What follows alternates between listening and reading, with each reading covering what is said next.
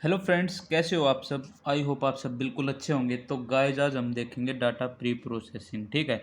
और इसके साथ साथ हम देखेंगे कि डाटा क्लीनिंग क्या होता है, noisy data and many other terms, ठीक है। तो अभी स्टार्ट करते हैं। डाटा प्री प्रोसेसिंग क्या होता है।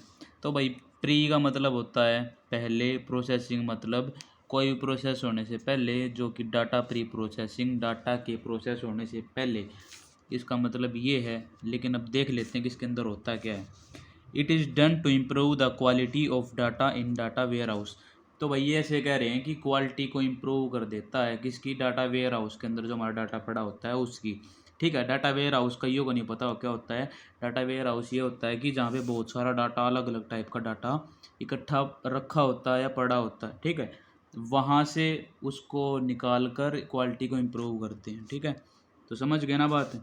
तो क्या करता है डाटा प्री प्रोसेसिंग, और क्या करता है, इंक्रीज एफिशिएंसी, ठीक है, और ईज़ ऑफ माइनिंग प्रोसेस। जो डाटा को हम निकालते हैं ना, उसको आसानी, उस प्रोसेस को आसान बनाता है, ठीक है। Remove noisy data, inconsistent data and incomplete data, ठीक है। तो जो नॉइसी डाटा क्या होता है भाई, जो भी एरर वगैरह जो भी गलती से लग जाते हैं, जो टाइप हो जाते हैं, जो मशीन के अंदर नहीं एग्जीक्यूट हो पाते, इम्प्लीमेंटेशन के अंदर नहीं आते, ठीक है, समझ गए, वो होता है। अब देखो, step in pre processing includes.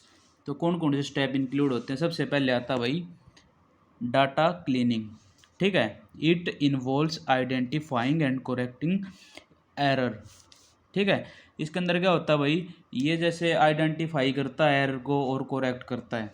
Inconsistent हो डाटा उसको भी करता है, और मिसिंग वैल्यूज़ होते हैं उनको भी करता है। आउटलायर्स को भी करता है, और डुप्लीकेट जो डाटा होता है उनको भी करता है। समझ रहे हो ना। Can be use for data cleaning such as imputation, removal and transformation. समझ में आई बात कि जो भी है उनको रिमूव कर देता है, डुप्लीकेट डाटा को, आउटलायर को मतलब रिमूव कर देता है, क्लीन कर देता है। समझ में आई। और यहाँ पे देखो, सबसे इम्पोर्टेंट लाइन है ये, the data can have many irrelevant and missing part. जो भी मिसिंग पार्ट होते हैं, इरेलीवेंट होते हैं, उनको भी ये क्या करता है, हैंडल करता है और क्लीन कर देता है, ठीक है। It involves handling of missing data. देखो क्या क्या हैंडल करता है, मिसिंग डाटा, नॉइसी डाटा। समझ में आई। तो अब देखो मिसिंग डाटा होता क्या है। The situation arise when some data is missing in data. तो ऐसे कह रहे हैं भाई, जब कोई सिचुएशन आती है डाटा के अंदर, कोई भी डाटा मिस हो जाता है ना, उसको हैंडल करने के हमारे पास कुछ ना कुछ तरीके होते हैं। वो अब हम आपको दिखाते हैं कि क्या क्या तरीके होते हैं भाई। Ignore the tuple. टपल आपको पता ही होगा भाई। टपल एक प्रकार से रो भी बोल सकते हैं। समझ में आई बात। रो तो उसको ही बोलते हैं टपल। तो भाई, this approach is suitable only when the data set we have is quite large. जब बहुत बड़ा डाटा सेट हो तब यूज कर सकते हैं इसको। और जब मल्टीपल वैल्यूज़ होती है ना, मिसिंग हो जाती है, जैसे किसी रो में से बहुत सारी वैल्यूज़ या टपल में से बहुत सारी वैल्यूज़ मिस हो रखी है, उनको बहुत टाइम ख़राब कर सकते हैं। मतलब समझ में आ रहा है, बहुत लेंथी प्रोसेस हो तब हम उसको इग्नोर कर सकते हैं।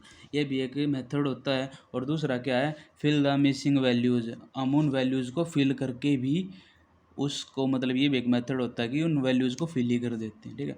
There are various ways to do the task, you can choose the fill the missing values manually, ठीक है। तो ऐसे कह रहे हैं कि आप मैन्युअली भी कर सकते हैं, जैसे। और एक तरीका होता है मैनुअली, तो आपको पता ही है यार, खुद अपने आप उनको वैल्यूज़ को हाथों से आप फिल करोगे, ठीक है। और एक क्या होता है कि बाय एट्रीब्यूट मीन और द प्रोबेबल वैल्यू, ठीक है। ऐसे कह रहे हैं कि मीन निकाल कर भी आप उसको कर सकते हो, और कोई प्रोबेबल वैल्यू से भी आप उसको कर सकते हो फिल, ठीक है। तो समझ में आई बात। तो अब देखो नॉइसी डाटा क्या होता है। Noisy data is a meaningless data that can't be interpreted by machine.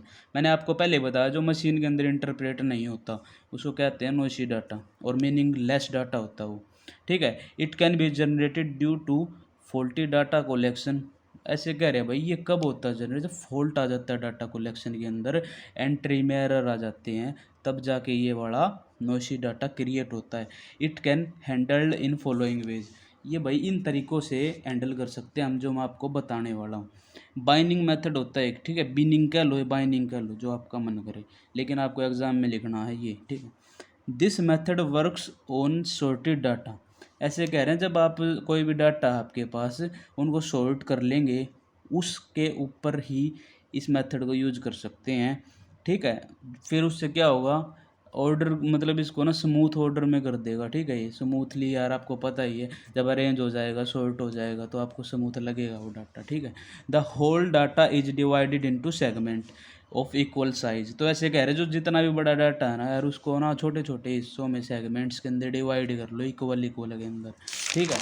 तो वो आप कर ही लोगे, ठीक है। Then various method are performed to complete the task. तो ऐसे कहने की बात है यार, सीधी सी बात है भाई, सारे डाटा को ना छोटे छोटे हिस्सों में कन्वर्ट कर लो, तोड़ लो, ठीक है। और फिर ना उनको ना अलग अलग हर एक हिस्से को हर एक सेगमेंट को अलग अलग तरीके से सोल्व करो, ठीक है। तो यही कहना चाहता है इसके अंदर, और कुछ नहीं है। आप इसको कितना ही बड़ा चढ़ा के लिख लेना, कुछ भी एग्जाम्पल आप दे सकते हो, ठीक है। रिग्रेशन क्या होता है, here data can be made smooth by fitting into regression function. ऐसे कह रहे रिग्रेशन फंक्शन के अंदर इसको स्मूथ कर लेंगे डाल के, ठीक है।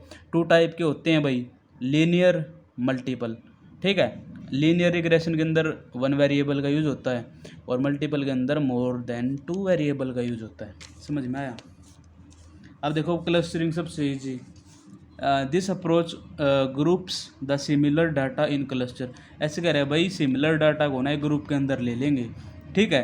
तो जब भी हम सारे डाटा में से सिमिलर डाटा को एक ग्रुप के अंदर लेंगे तो उस ग्रुप के अंदर वो नहीं डाटा आएगा जो सबसे अलग है।